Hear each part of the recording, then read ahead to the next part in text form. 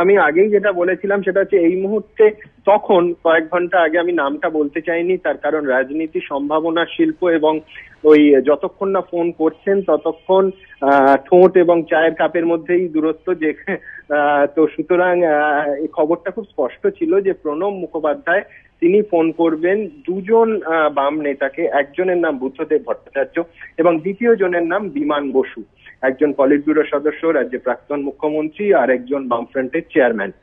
দুজনের কাছে এটা খুব স্পষ্ট খবর ছিল এবং সময়টাও একেবারে সুনির্দিষ্ট ছিল যে দুপুর 1টা নাগাদ সেই ফোনটি আসে এবং প্রণববাবু সমর্থন দাবি করেন মানে সমর্থনের অনুরোধ জানান। দুজনের সঙ্গেই খুব সৌজন্যমূলক, সৌভ্রাতৃত্বমূলক কথা হয়েছে এবং এই দুজনের সঙ্গে কথা হওয়ার পর দুজনেই জানিয়েছেন যে কমিউনিস্ট পার্টিতে তারা দলের সঙ্গে আগে কথা বলবেন, তারপরে দলের তরফ থেকে জানানো হবে। এবং এই প্রণববাবুকে ফোন করার জন্য দুজনেই ধন্যবাদ জানান। এখনো পর্যন্ত এইটুকুই কথা হয়েছে দুজনের মধ্যে। ধন্যবাদ সুমন। আমরা কথা বললাম আমাদের প্রতিনিধি সুমনদের সঙ্গে।